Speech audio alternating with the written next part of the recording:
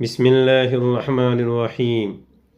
کچھ لوگ ایسے ہیں جن کی دعا اللہ تعالی خاص طور پر قبول کرتا ہے۔ روزہ دار کی دعا جب تک روزہ نہ کھولے، مصیبت کا مارا ہوا اور پریشان حال کی دعا، بیمار کی دعا جب تک ٹھیک نہ ہو، کیونکہ اس کی دعا فرشتوں کے دعا کی طرح ہے۔ انصاف کرنے والے حاکم کی دعا، مسافر کی دعا، باپ کی دعا بیٹے کے حق میں، جس پر احسان کیا گیا ہے اس کی دعا احسان کرنے والے کے حق میں قبول ہوتی ہے۔ مسلمان کی دعا اپنے مسلمان بھائی کے لیے اس کی غیر موجودگی میں دعا کرنا۔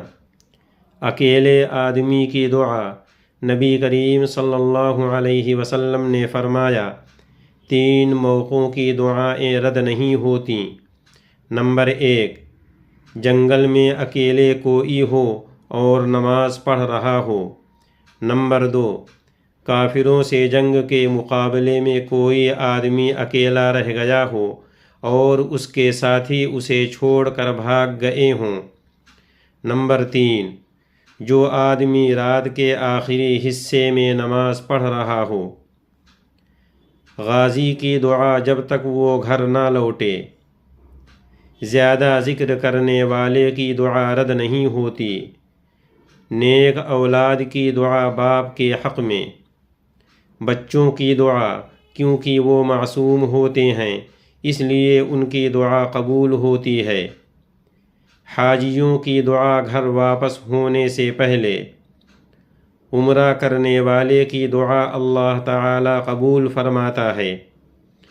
مظلوم کی دعا، چاہے ظلم کا شکار گنہگار اور کافر ہی کیوں نہ ہو، ظالم کے حق میں اس کی بد دعا قبول ہو جاتی ہے۔ اللہ تعالی اس کی دعا کو بادلوں سے اوپر اٹھا لیتا ہے اور اس کے لیے آسمانوں کے دروازے کھول دیے جاتے ہیں۔ وضو کی حالت میں سونے والے کی دعا، نبی کریم صلی اللہ علیہ وسلم نے فرمایا، جو آدمی وضو کی حالت میں بستر پر آئے اور ذکر کرتا رہے یہاں تک کہ نیند آ جائے، پھر وہ رات میں کروٹ لیتے ہوئے جب بھی اللہ تعالی سے دین اور دنیا کی بھلائی مانگے گا تو اللہ اسے ضرور عطا فرمائے گا۔